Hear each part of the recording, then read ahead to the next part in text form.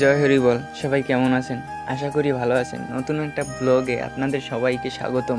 কালকে আমরা বগি চালিতে বুনিয়া গেছিলাম। আমাদের বাড়ির পাশের এলাকায় তন্ময় কাকার দাদুর মৃত্যুবার্ষিকী ছিল, সেই উপলক্ষে আমরা অনুষ্ঠানে গেছিলাম।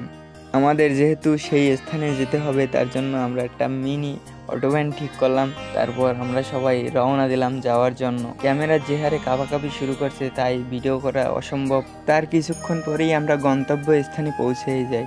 রাতের জন্য আমার ফোনের ভিডিও কোয়ালিটি খারাপ, আপনারা একটু ম্যানেজ করে নিয়েন। তন্ময় কাকা তার পিতামাতাকে পূজা করিতেছে। আপনি যদি আপনার গাছের গোড়া না ঠিক রাখতে পারেন, তাহলে সারা জীবন ভক্ত সঙ্গ করেও কোনো কাজ হবে না। শ্রী শ্রী হরিচাঁদ ঠাকুর একটা কথাই বলে গেছেন, মাতা পিতা গাছের গোড়া, হরি গাছের ফল। আমার গুরুদেব ভক্তিমূলক অনেক ধরনের কথা এই ভিডিওর মাধ্যমে বলে গেছেন। সেই ভিডিওগুলো ইউটিউবে আলাদাভাবে দেওয়ার চেষ্টা করব। আমাদের হরিসভা অনুষ্ঠান প্রায় শেষের পথে।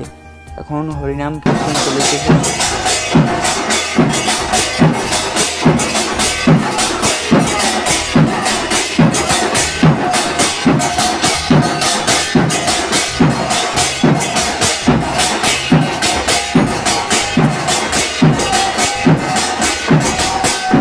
আমাদের কীর্তন অনুষ্ঠান শেষ। আমরা এখন সবাই প্রসাদ নিতে বসেছি একসাথে।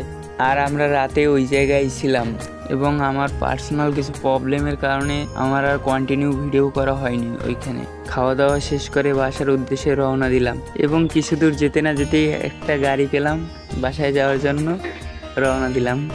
এই ভিডিওতে আমরা ভালো কিছু উপস্থাপন করতে পারি না, তার কি হয়েছে, আমরা পরবর্তী ভিডিওতে ভালো কিছু উপস্থাপন করার চেষ্টা করব। সবাইকে জয় হরি বল।